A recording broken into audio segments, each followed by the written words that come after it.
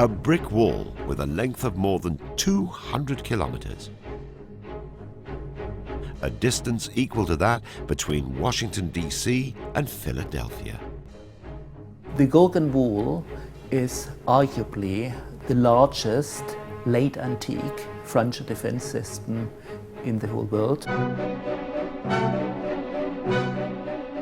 Here, water, earth and fire were used to create one of the longest defensive systems in the ancient world. It is the largest ancient frontier defense system between Central Europe and China. But is this brick wall older than the present Great Wall of China? Contrary to popular assumption, the Great Wall of China was not built in the 3rd century BC, but the Great Wall of China as we know it today was built largely in the 16th century. So it's more than 1,000 years more recent than the Gorgan Wall.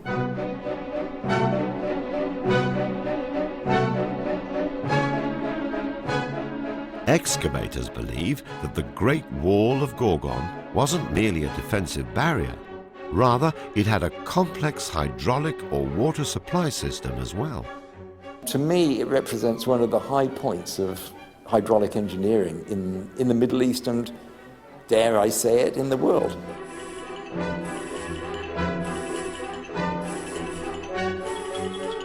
Now we should see where this 200-kilometer wall and its hydraulic system are situated.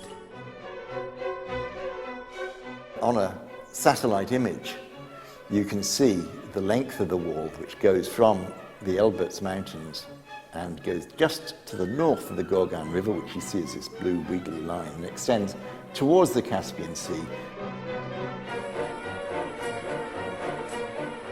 To our dismay, most of the bricks of the Great Wall of Gorgan have been looted over the past centuries.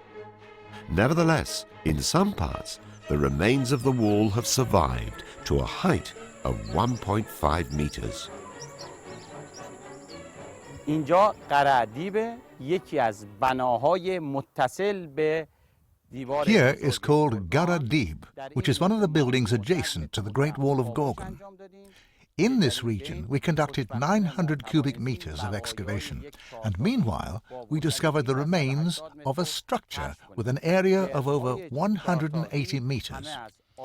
The piers of the structure are all made up of bricks about 40 by 40 by 10 centimeters, and this place is where the remains of the building walls are made up of bricks.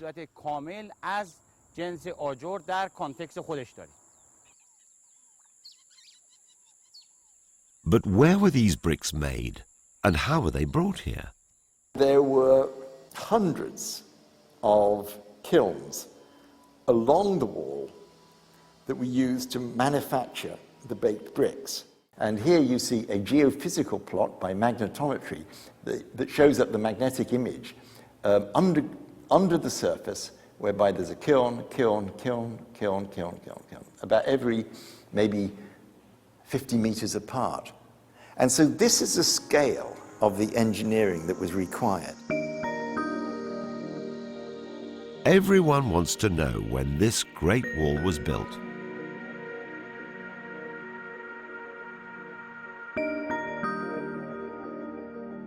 The ash remains of the brick kilns that were discovered in archaeological excavations in 2009 could help us in answering this question.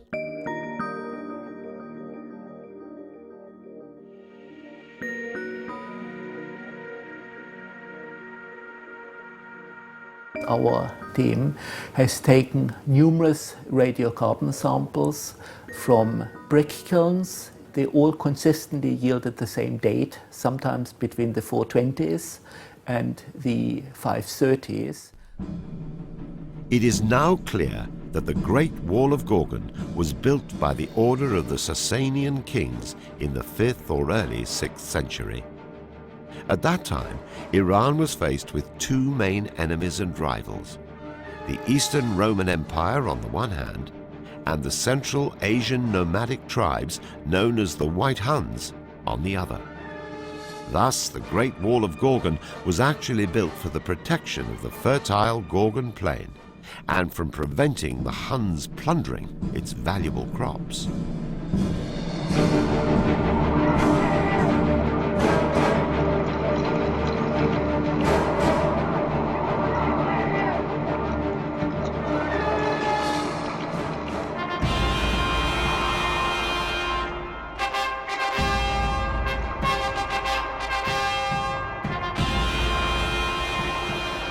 As there have been 38 forts along the Gorgan Wall, it is estimated that approximately 30,000 soldiers guarded this defensive wall. A trench against the wall, which was 5 meters in depth and tens of kilometers in length, also acted as a strong aid to the Iranian guards of the northern borders. We often imagine hydraulic systems to be simply irrigation or water supply for cities. This was to supply the forts, the defensive forts along the Gorgan Wall. This was to supply perhaps localized irrigation water. It was to act as a defensive moat to repel and keep the hephthalites away, but also, most importantly, it was to enable the bricks to be manufactured for the wall.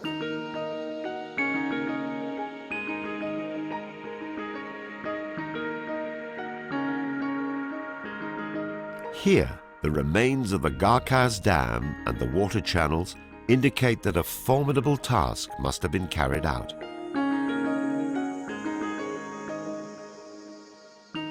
Many kilometers of land were dug, and at least 5 water channels and aqueducts with proper slopes were constructed, so that water could be carried towards the Gorgan Wall for various purposes, including filling the trench. So this hydraulic system had to be in place first. So it was an engineered framework of water supply onto which the Gorgan Wall was then constructed. And this to me is what engineering is. It's bringing technology and imagination together.